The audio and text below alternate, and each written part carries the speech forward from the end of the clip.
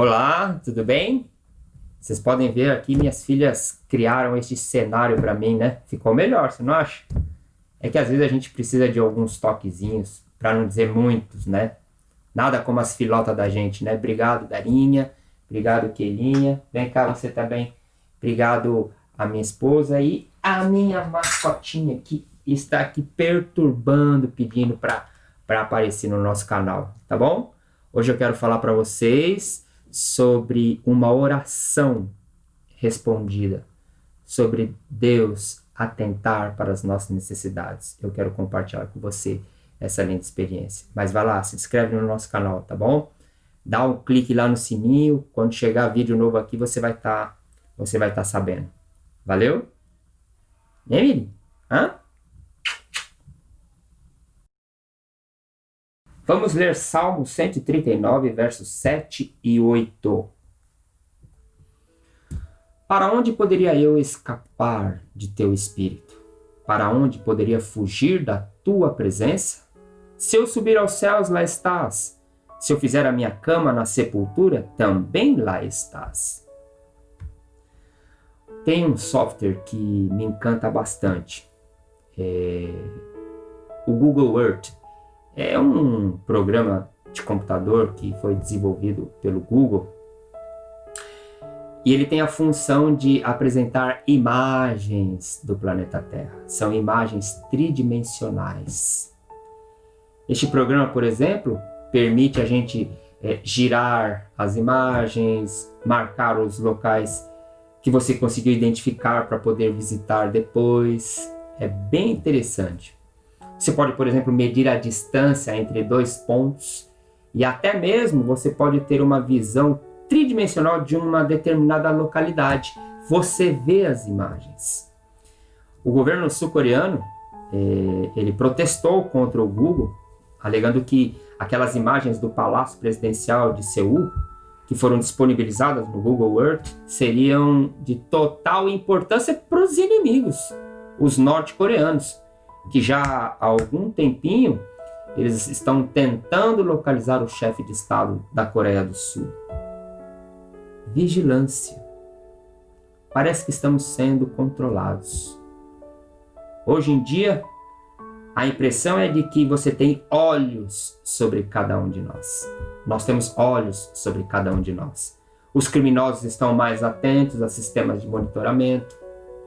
Eles conhecem a presença de câmeras inteligentes. Por exemplo, lá em Los Angeles, o departamento de polícia local ele instalou 16 câmeras inteligentes que foram apelidadas de olhos digitais. Elas estão ali para espiar o público. Os locais onde foram instaladas não são revelados. A única informação é de que foram instaladas em locais onde o índice de criminalidade é maior. E está dando certo. Aqui no Brasil também não é diferente. Tem a cidade de São Leopoldo, que é uma das mais violentas cidades lá no Rio Grande do Sul. Ali abaixou a criminalidade com a vigilância eletrônica. Chegaram a quase 80% em alguns lugares. E muitas vezes os ladrões agem, mas depois são identificados pelas câmeras e são presos.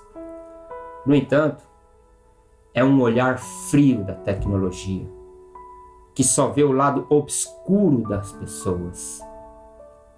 Mas o que dizer de um olhar incrivelmente perscrutador, que capta cada milímetro de um universo que é intangível a nós? Pense um pouquinho. Um sistema preciso que pode ser visto na onisciência de Deus. Ainda mais sofisticado na missão dele de monitorar o mundo e as pessoas. Mas é diferente, tá? Deus não tem o intuito de nos punir, de vigiar para nos surpreender quando a gente erra. Esse sistema tem a finalidade de cuidar de nós, de nos acompanhar em nossas necessidades. Eu me lembro de quando eu me interessei pelo estudo da Bíblia. Eu confesso que foi um mergulho em águas profundas, as cristalinas. onde aqueles mistérios iam sendo desvendados dia a dia. Mas era um vasto oceano. Muitas vezes eu me sentia pequeno diante dessa imensidão de um Deus onipotente, de um ser eterno. Mas para minha surpresa, a onisciência de Deus, o seu cuidado me encantavam dia a dia. E de lá para cá já são 32 anos de aventura vivida ao lado de um incrível ser que transcende o tempo, que transcende o espaço, que é a faísca que dá início a tudo. Era o ano de 1988, quando eu resolvi abrir a porta do meu coração para que este Senhor pudesse entrar. Não demorou muito e eu já estava perdidamente apaixonado por Deus. Mas eu não sabia muito sobre Ele, de seu cuidado cirúrgico, preciso sobre cada pessoa. Eu resolvi que eu iria deixar o meu trabalho na Pirelli, em São Paulo, e então agora eu ia me dedicar ao trabalho da colportagem. É a venda de livros ligados à saúde do corpo, da mente, do espírito. São livros produzidos pela casa publicadora da Igreja Adventista. E eu vou dizer para vocês que meu pai não ficou nada satisfeito com isso. Ele não viu com bons olhos a minha decisão, uma vez que eu estava agora promovido, estava trabalhando no departamento financeiro da Pirelli. Portanto, foi uma decisão radical, uma decisão que ia contra a lógica racional, que não aceita a ideia de você deixar um trabalho promissor para vender livros de porta em porta, num tempo em que nem mesmo a venda direta daquela enciclopédia Barça, nem mesmo a Barça produzia resultados satisfatórios naquele segmento. Imagina vender livros de casa em casa, livros de saúde. Bom, para mim não me alongar muito, eu comecei o meu trabalho com muita disposição. Mas os dias foram passando, os resultados não foram os melhores, e eu comecei a me questionar. Comecei a questionar a minha decisão e comecei a pensar que talvez o meu pai poderia estar certo. Deixar o conforto de uma empresa como a Pirelli, trabalhando ao lado de pessoas influentes, bem relacionado com os meus superiores, para encarar agora longas caminhadas num bairro como o Jardim Miriam. Quem conhece sabe, o Jardim Miriam em São Paulo é um lugar que avançou numa área tomada de morros. Isso tornava o trabalho ainda mais difícil, mais desafiador, cansativo. Mas eu tinha que continuar. Eu tinha que provar para o meu pai que ele estava errado.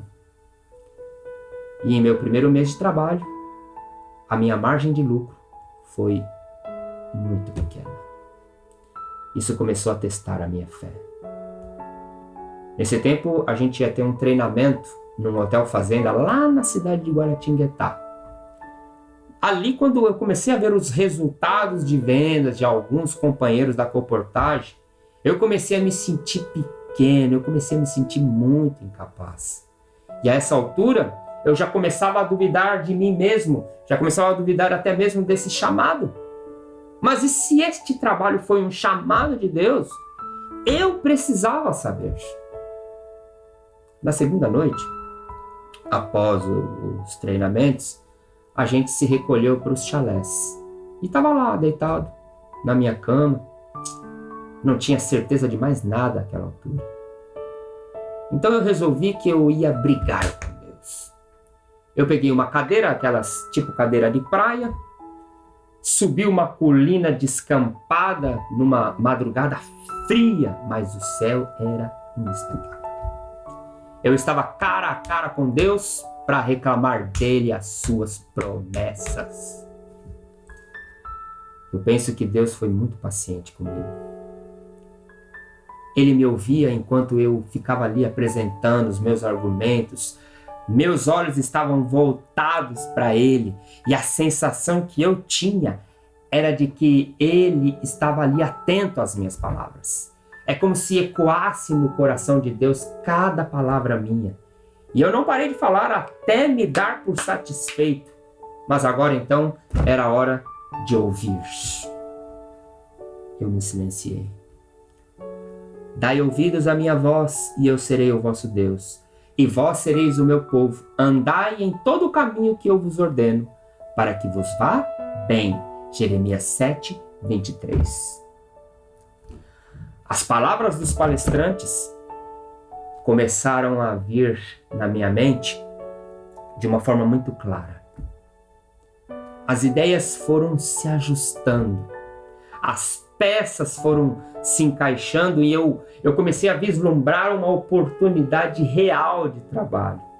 Eu comecei a imaginar que era possível reverter a situação. Eu sentia que Deus estava monitorando os meus pensamentos, estava aclarando as soluções. Isso foi me enchendo de entusiasmo. Eu comecei a criar coragem mais uma vez e eu decidi que eu iria continuar. Eu nem tinha me dado conta. Eu já tinha ficado ali aproximadamente 1 hora em audiência com esse meu Deus. Eu senti confiança de que Ele estava comigo. Eu senti paz. Então resolvi fazer um pedido quase que infantil, um pedido ousado para Deus. Mas na crise de misericórdia do Senhor, é impressionante, Ele resolveu ouvir a minha petição. Eu disse a Ele: Senhor, eu estou aqui há um tempão na Tua presença. E eu vou dizer para o Senhor que eu me sinto envergonhado do que eu disse agora há pouco. Não posso culpar o Senhor pelas dificuldades que eu estou vivendo. Mas eu agradeço pelas respostas que me destes neste lindo lugar. Eu vou voltar para o meu quarto, Senhor, mas eu quero te pedir um agradinho. Podes fechar a noite com uma linda estrela cadente no céu? Mal havia concluído a minha frase e uma estrela cadente percorreu o céu exatamente onde os meus olhos estavam fixados. Há 1 hora sentado ali e eu não tinha avistado nenhuma estrela cadente no céu. Mas agora eu estava diante de Deus. Emocionado, eu me lancei ao chão, não tinha palavras e comecei a pensar que em um mundo com 7 bilhões de pessoas, eu estava sendo ouvido como se eu fosse o único a falar na sua presença. Consegue imaginar? Eu voltei para o trabalho. Terminou a viagem. Apliquei os métodos aprendidos. Falava agora com firme convicção. Eu sabia que eu não estava sozinho. Alguém cuidava de mim. As minhas vendas foram aumentando. Minhas convicções da verdade, elas foram se firmando até que me dei conta de que meu lugar era exatamente ali, junto àquela comunidade carente, que não sabia discernir entre a mão direita e a mão esquerda. Para eles, eu fui um canal de luz por exatos 2 anos. Deus não está tão distante para que não possa nos ouvir. Deus está à distância de uma oração. Os magos e encantadores da antiga Babilônia certa vez responderam ao encolerizado Nabucodonosor o seguinte: a coisa que o rei exige é difícil. Ninguém há que a possa revelar diante do rei, senão os deuses, e estes não moram com os homens. Daniel capítulo 2, verso 11. Então foi a vez do jovem Daniel falar na presença do rei. Daniel é colocado em audiência com Nabucodonosor e ele respondeu na presença do rei e disse: o mistério que o rei exige, nem encantadores, nem magos, nem astrólogos o podem revelar ao rei. Mas há um Deus no céu, o qual revela os mistérios, pois fez saber ao rei Nabucodonosor o que há de ser nos últimos dias. Daniel capítulo 2, verso 27 e 28. Percebe? Deus não está tão distante para que não possa nos ouvir. Saiba que Ele está mais disposto a nos ouvir do que nós estamos dispostos a pedir. É isso. Eu não sei dizer qual é a sua angústia neste exato momento. Não sei qual é a sua dor, qual é o seu momento. Mas eu gostaria de orar com você agora. Orar por você na presença deste maravilhoso Deus que tudo vê. Um Deus que está inclinado para nos ouvir. Eu quero te pedir que, se você puder, feche os seus olhos e ore comigo. Senhor, eu rogo a Ti, Pai, que Tu possas, neste instante, visitar este meu amigo, esta minha amiga. Eu quero te pedir, Deus, que Tu possas abrir as janelas dos céus e derramar bênçãos sem medidas sobre cada um deles, sobre seus familiares. Eu quero te pedir, Senhor, que eles possam ouvir a voz do Teu Espírito batendo à porta do coração, pedindo entrada, Senhor, que eles possam abrir também o seu coração a Ti e que o Senhor possa entrar em suas vidas, que o Senhor possa cear com eles, que o Senhor possa ser íntimo na vida de cada um deles. Estas bênçãos eu te peço, não porque mereçamos, mas o fazemos em nome de Jesus. Amém.